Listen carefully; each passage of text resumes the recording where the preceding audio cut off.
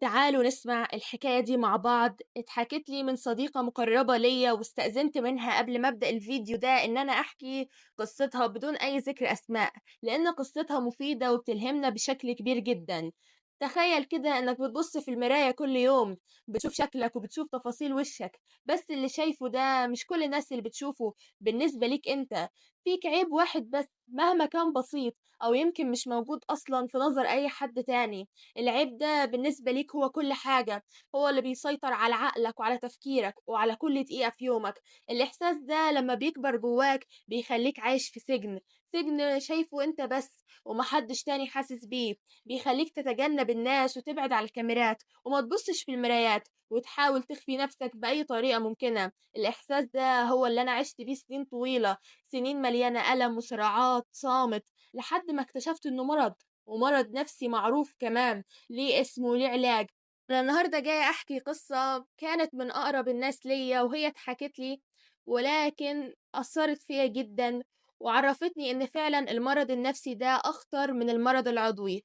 رحلتي من الظلام ده للنور مع متلازمه يمكن كتير منكم اللي بيسمعني ورا الشاشات بيعيشها في صمت وما يعرفش اسمها، متلازمة جوسكا، أو الاسم العلمي ليها اضطراب تشوه الجسم.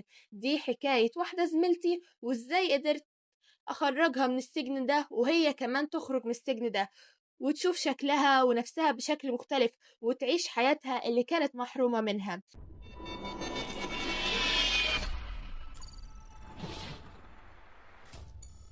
السلام عليكم ورحمة الله وبركاته.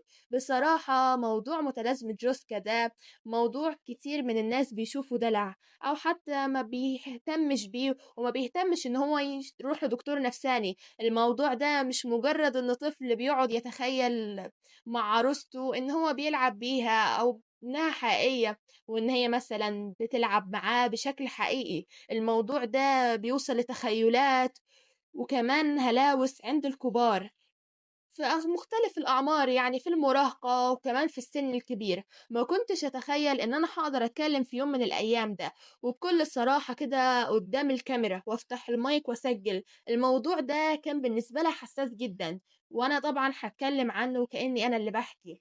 كنت طول الوقت عمري بتكسف أتكلم عنه حتى مع أقرب الناس ليا، حاسة إني بفتح صندوق كبير قوي أسود في حياتي مليان تفاصيل يمكن مؤلمة، بس يمكن لما أحكي قصتي دي بالتفصيل أقدر أساعد ولو شخص واحد بس يعيش اللي أنا عشته، يمكن يلاقي فيها أمل اللي أنا لقيته بصعوبة. الإحساس ده أو متلازمة جوسكا زي ما عرفت اسمها بعدين بدأ معايا من وأنا في سن المراهقة. تقريبا كده كنت في أولى إعدادي وعندي 12 سنة. عارفين السن ده بيبقى عامل إزاي؟ كل شاب وبنت في السن ده بيكونوا حساسين جدا لأي كلمة أو لأي نظرة، بيبدأوا يقارنوا نفسهم بغيرهم. بالنسبة لي أنا بقى كان عندي هاجس كده، أو خلينا نسميه وسواس قهري بخصوص العيب معين كده في شكلي. ربنا ما بيخلقش شيء قبيح ابدا، كلنا خلق الله والله جميل يحب الجمال، افتكروا الكلمه دي دايما. هفترض معاكم انه كان مثلا في شكل مثلا مناخيري او حجمها. مش مهم ايه هو العيب ده بالظبط، لان العيب ده بيختلف من شخص لشخص تاني. المهم هو مش عيب، المهم التأثير المدمر اللي عمله عليا وازاي حول حياتي الجحيم. بالنسبة لتعاملاتي مع ناس مريضة، مناخيري دي كانت أكبر كارثة في حياتي. كنت بشوفها ضخمة جدا غير متناسقة مع وشي وعيب فظيع بيشوه جمالي كله. كنت بتجنب أتصور أو أصور نفسي من أي زاوية تظهرها، ولو صورة طلعت فيها مناخير كبيرة كنت بحاول إن أنا أمسحها من كل مكان. في الأول الموضوع ده كان مجرد قلق طبيعي زي أي حد بيقلق من شكله في السن ده أو بيحاول يظهر بأحسن شكل، لكن مع الوقت القلق ده بدأ يكبر يكبر ويكبر بشكل مبالغ فيه، لحد ما تحول لهوس حقيقي سيطر على كل تفكيري 24 ساعة في اليوم، 7 أيام في الأسبوع، 30 يوم في الشهر. كنت ممكن أقضي ساعات طويلة جدا قدام المراية، يمكن أكتر من ساعتين أو 3، أبص في مناخيري من كل زاوية ممكنة، ما تضحكوش عليا. ألف وشي يمين وشمال، أحاول أخبيه بإيدي، أحاول أشوف لو في طريقة أغير بيها شكلي. كنت بقارن نفسي بأي حد أشوفه على السوشيال ميديا أو في التلفزيون أو حتى بالشارع. كنت بشوف صور ليا وأركز بس على مناخيري واقول لنفسي وانا حاسه باليأس الشديد، ازاي ده شكلي ده وحش قوي، ده مفيش امل ان انا ابقى حلوه زي باقي الناس. الاحساس ده ما كانش مجرد قلق عادي بيعدي، لأ ده كان بيسبب لي ألم نفسي وجسدي رهيب. كنت دايما حاسة بالإحراج الشديد، بالخجل المبالغ فيه، لدرجة إني ما كنتش بقدر أبص في عيون الناس بالتوتر اللي بيعصر الأعصاب طول الوقت. كنت بتجنب أي مناسبة اجتماعية فيها صور، أو حتى تجمعات عائلية أو تجمعات مع أصحابي. لو حد قال لي تعالي نتصور سيلفي، كنت بخترع مليون حجة ويمكن مليار حجة علشان ما اظهرش في الصورة، او احاول اظهر بزاوية معينة اخبي بيها مناخيري، او اقول بلاش سيلفي خلينا نكتفي بصورة عادية. لو كنت قاعدة مع مجموعة ناس، كنت دايما عيني على وشوشهم، يا ترى بيبصولي ازاي، يا ترى لاحظوا العيب اللي انا شايفاه ده في مناخيري، هل بيتكلموا عليا او بيتريقوا عليا من ورا ظهري. كان الموضوع مستنزف جدا للطاقة بشكل غير طبيعي، لدرجة اني بحس ان انا مجهدة ومرهقة طول الوقت، مش من مجرد التفكير، ده كنت حرفيا بعيش في سجن من افكاري، السجان بتاعه هو انا نفسي. تخيل لما نفسك تبقى سجنك، والابواب بتاعته هي المرايات والكاميرات واي حاجه بتعكس صورتي. حياتي كلها بدات تتاثر وتتدمر بالتدريج وبشكل بطيء، زي اللي حد بيذبحني بسكينه تلمه. دراستي مستواها نزل جدا، شغلي بقى مجرد روتين بمشيه بالعافيه مش قادره اركز فيه. علاقاتي الاجتماعيه اتقطعت تماما مع اغلب الناس، بقيت بتجنب اروح اماكن كتير، بتجنب مناسبات اجتماعيه وافراح، ما بقتش بخرج مع اصحابي زي الاول. اي كومنت بسيط على شكلي، حتى لو كان إيجابي ومجاملة، كنت بفسره تفسير سلبي جدا. لو حد قال لي شكلك حلو النهاردة، الطقم ده حلو عليكي، شكلك منور، كنت بقول لنفسي أكيد بيجاملني عشان ما عندوش ذوق، ده مش شايف ازاي مناخيري عاملة ازاي، ده يمكن بيطبطب عليا عشان حالتي النفسية. وصلت لمرحلة اني ممكن ارفض فرصة شغل حلوة جدا ومهمة، وكان ممكن تغير مسار حياتي الأحسن وتجيب لي دخل كبير جدا، بس علشان تعامل مباشر مع الناس أو فيها ظهور قدام الكاميرا أو قدام عدد كبير من الناس. كنت دايما حاسة بالنقص، بعدم الثقة بالنفس بشكل مدمر، والاكتئاب ده بدأ يتسلل لحياتي بهدوء وببطء. بقيت حاسة باليأس والوحدة وإني ماليش أي قيمة وسط الناس. كنت بحاول أدور على حلول سريعة لأي حاجة تخفف عني الألم ده، أي حل يرضيني. فكرت أعمل عمليات تجميل كتيرة جدا، كنت بجمع فلوس واشوف دكاترة واعمل معاهم مقابلات، بس بعدين ارجع اخاف قوي من الجراحة، او احس ان العملية دي مش هتحل المشكلة اصلا، وان عيوب تانية هتظهر لي او هركز عليها بعد ما اخلص من مشكلة مناخيري. ده غير ان احساسي بالتشوه ما كانش بيروح، حتى لو العيب الظاهر كان بسيط في عيون الناس العادية، لا ده كان بيكبر جوايا انا. في مرة من المرات كنت بتكلم مع صديق مقرب ليا جدا، شخص انا بثق فيه جدا ومكانته كبيرة في حياتي. كان بيلاحظ حالتي النفسية السيئة دي، وإني بقيت منعزلة عن الكل مش بخرج. بدأت أتكلم معاه بتردد شديد، بتلعثم كده وعيني في الأرض، عن اللي حاسة بيه، عن هاجس اللي أنا عايشة فيه وحجم الألم النفسي اللي بعيشه بسببه. ويمكن لأول مرة أتكلم بصراحة، لقيته بيسمعني باهتمام كبير، وبعدين بيقولي بهدوء شديد ونبرة حنية: انتي عارفة اللي بتحكيه ده ممكن يكون ليه اسم علمي، وانه مش مجرد قلة ثقة بالنفس. هنا كانت أول شرارة أمل تظهر لي في حياتي. بعد سنين طويلة من الظلام والوحدة، بدأ يدور معايا على الإنترنت ولقينا مصطلح اسمه اضطراب تشوه الجسم، واللي بعض الناس بتسميه متلازمة جوسكا. لما قررت أقرأ عن أعراضه وتفاصيله، حسيت كأنهم بيتكلموا عني بالظبط، وكأنهم فاتحين ملف حياتي وبيوصفوا كل كلمة وكل إحساس حسيته. نفس الإحساس بالهاجس، التركيز المبالغ فيه على عيب معين حتى لو ما كانش موجود أو بسيط في نظر الآخرين.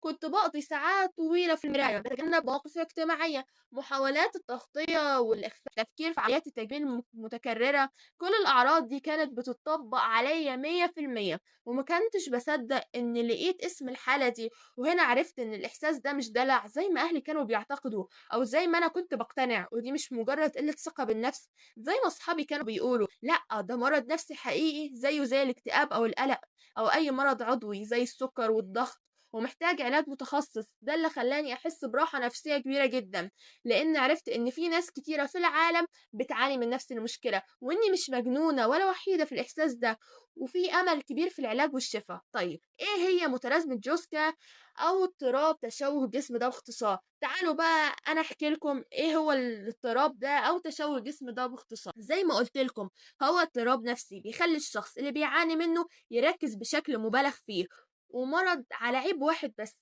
أو أكتر من شكل جسمه. المشكلة إن العيب ده ممكن يكون بسيط جدا لدرجة إنه ما يتلاحظش أصلا، أو حتى ممكن يكون غير موجود أصلا في نظر أي حد طبيعي، لكن في عقل المريض العيب ده بيبقى ضخم جدا ومضخم بشكل مخيف، وبيشوه صورته الذاتية بشكل كامل، وده بيسبب له قلق وتوتر وإحراج وألم نفسي شديد، بيأثر على حياته كلها لكن بشكل سلبي، وبيخليها جحيم مستمر. العيب ده ممكن يكون أي حاجة زي ما حكيت مثلا عني، ممكن يكون في الشعر، في الجلد، في الأسنان، حجم الجسم، الوزن، شكل العينين، أو أي جزء في الجسم.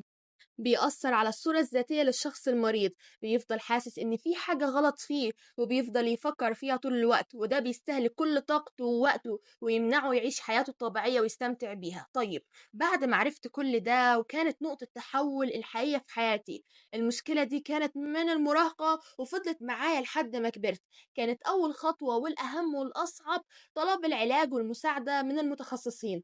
قررت إن أنا لازم أطلب مساعدة احترافية من طبيب نفسي، وده كان قرار صعب جدا عليا لأن كان في وصمة عار كده مرتبطة بزيارة الأطباء النفسيين في مجتمعنا، وده إن شاء الله هيكون عنواننا للفيديو الجاي. ناس كتير بتخاف من نظرة المجتمع ليها لو عرفت إن هي بتتعالج نفسيا، ويمكن يخافوا ويتوصموا بإنهم مجانين. بس خلاص، الألم اللي أنا كنت عايشة فيه والسجن اللي كنت محبوسة جواه ده كان أكبر بكتير من أي خجل أو أي كلام ممكن يتقال. رحت لدكتورة نفسية ممتازة جدا ومشهورة عندنا، وبدأت أحكي لها كل اللي حسيته، كل الهاجس اللي ما كنتش بقدر أقوله لحد، كل الوساويس وكل الألم اللي كنت بعيشه. الدكتورة كانت متفهمة جدا ومحترفة، وحسيت إنها بتسمعني بجد وبتحتويني بكل كلمة، وشرحت لي أكتر عن المرض ده بالتفصيل، وقالت لي إن العلاج الأساسي لمتلازمة جوسكا أو اضطراب تشوه الجسم ده بيكون عن طريق العلاج السلوكي المعرفي، وده بيعتبر من أنجح أنواع العلاجات النفسية للمرض ده بالذات.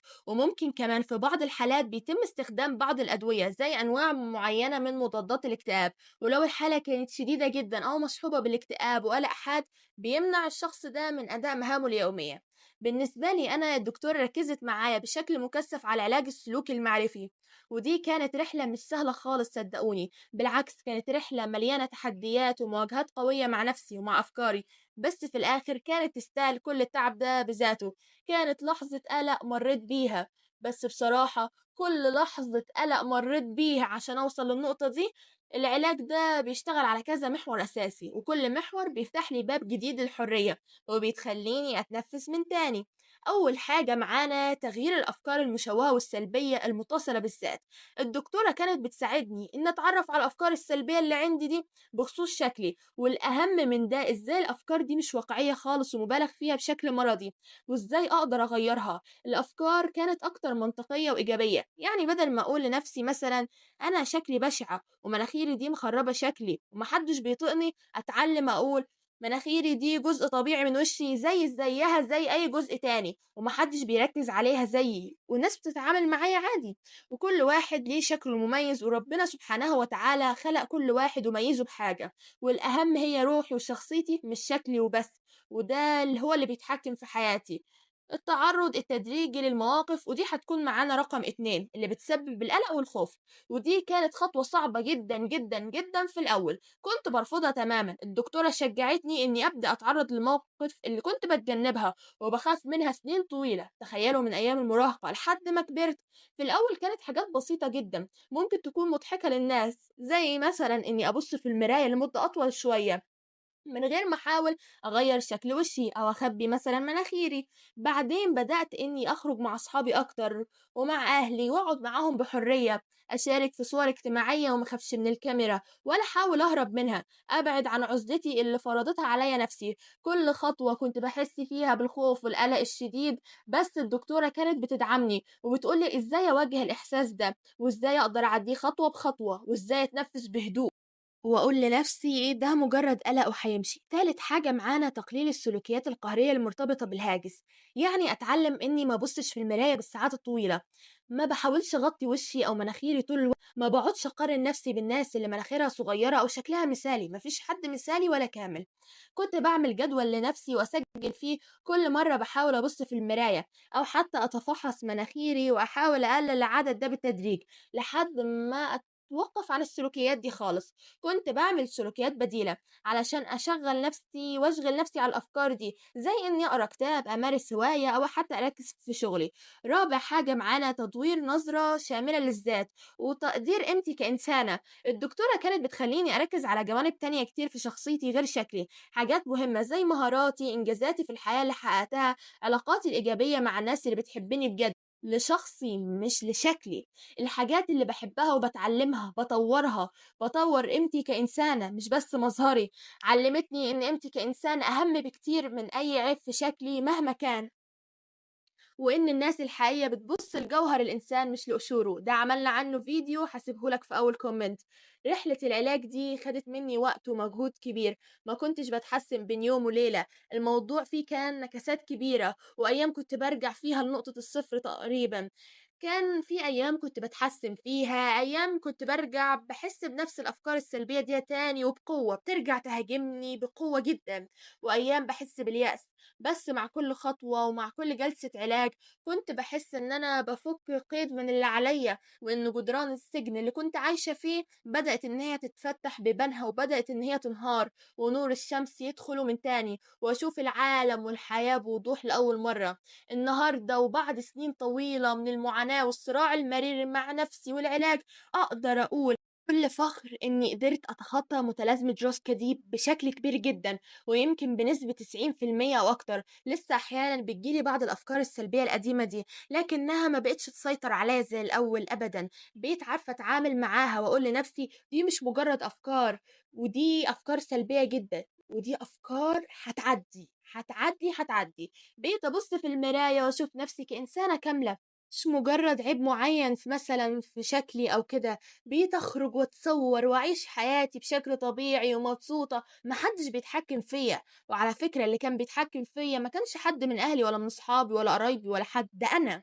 الأهم من كل ده إني بقيت بحب نفسي وبقدرها زي ما أنا، بكل تفاصيلي وبكل التحديات اللي مريت بيها. بقيت مؤمنة إن الجمال الحقيقي بينبع من جوه الإنسان، من ثقته بنفسه، من روحه، من أخلاقه، ومن إنجازاته. رسالتي الأخيرة ليكم، لأي حد بيسمعني دلوقتي وحاسس بالإحساس ده، أو حاسس إنه مركز على عيب معين في شكله لدرجة إن الموضوع ده مأثر على حياته كلها، أو حاسس إنه محبوس في سجن أفكاره السلبية، أنت مش لوحدك أبدا. الإحساس اللي بتحس بيه ده مش مجرد دلع أو قلة ثقة بالنفس، زي ما ناس كتير تقولك ده دلع، ده قلة ثقة بنفسك. لأ، ده مرض نفسي حقيقي وليه اسم. والأهم من ده كله إن ليه علاج فعال جدا وأنا مجرباه، ممكن يغير حياتك للأحسن.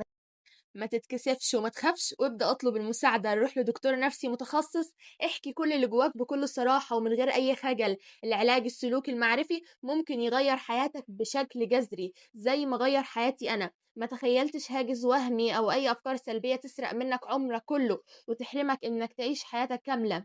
الشفاء ممكن، وإنك تشوف نفسك بعيون جميلة ممكن، وإنك تقبل نفسك وتحبها زي ما هي بكل تفاصيلها، ده أهم إنجاز، ومن غير أي عمليات تجميل. وده أكتر إنجاز تفتخر بيه وممكن تحققه في حياتك. الحياة تستاهل إنك تعيشها بكل تفاصيلها، ما تخليش عيب صغير سواء كان موجود أو مجرد وهم في عقلك يسرق منك متعة الحياة وجمالها. صراحة التجربة دي جميلة جدا، وكانت تجربتها لما بدأت إن هي تحكي لي عن التجربة دي حسيت قد إيه إن هي إنسانة صبورة، وحسيت إن في ناس كتيرة بتتعذب من الموضوع ده، وشايفة إن الدكتور النفسي ده مجرد عار. وحتى الأهل في البيت، يعني لما تقول مثلا لمامتك أو باباك في البيت إنك أنت محتاج لدكتور نفسي، ممكن إن هم يبصوا لك نظرة كأنك مجنون أو حاجة، لكنه مش عيب. وأنا فخورة بيها إن هي دورت لحد ما لقت حد ان هو يقف جنبها ويساعدها. كمان انتوا اقفوا جنب بعض وساعدوا بعض، وما تتكسفش ابدا من شكلك، ان الله جميل يحب الجمال. ودي كانت قصتها، وفي الاخر قدرت ان هي توصل وتحقق حاجات كتيرة في حياتها، حاجات ما كانتش هتقدر توصل لها لو هي كانت عايشة بالمتلازمة دي.